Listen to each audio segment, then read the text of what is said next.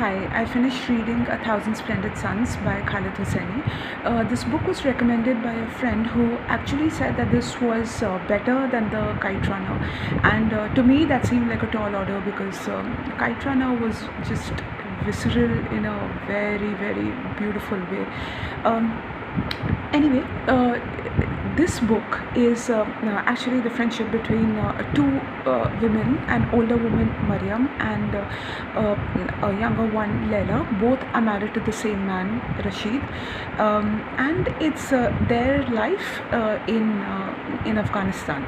Um, and after marriage, both live in Kabul, and the political landscape and the control landscape of Afghanistan actually changes, and you can see the terror and tyranny of the land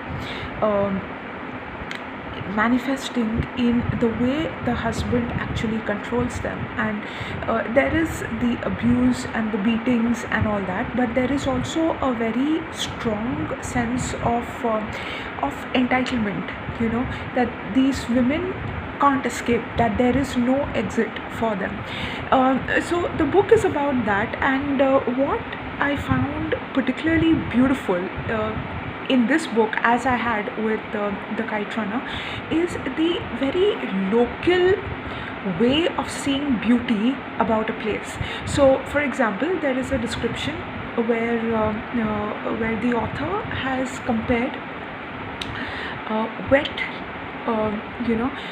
a wet T-shirt, like you're sweating and your T-shirt gets wet, and he's compared it to leaves that stick on the pane of a car window.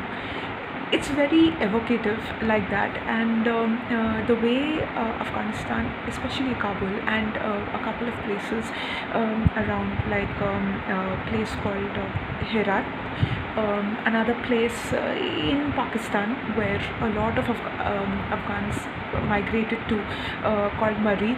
They are so beautifully explained. Like you know, if you've read any of the books on where the setting is Kashmir by Salman Rushdie, sometimes that's what hits you, that in a place that beautiful, this kind of pain can exist.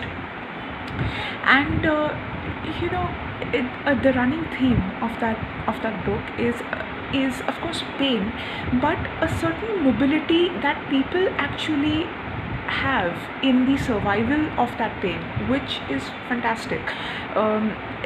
There are lengths to which somebody will go through to come and convey to you that your father has been dead in a bomb raid. It took that person a lot of risking of life and limb to come and tell you that, but there is that basic humanity that I could not do much to save who you loved, but here I am telling you that that chapter is over. And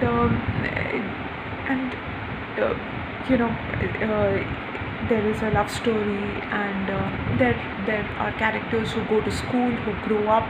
It's essentially a story of lives that get lived and endured in very difficult times, in very difficult spaces, but with a certain surrender, and a certain acceptance that makes you human and makes you a very strong human.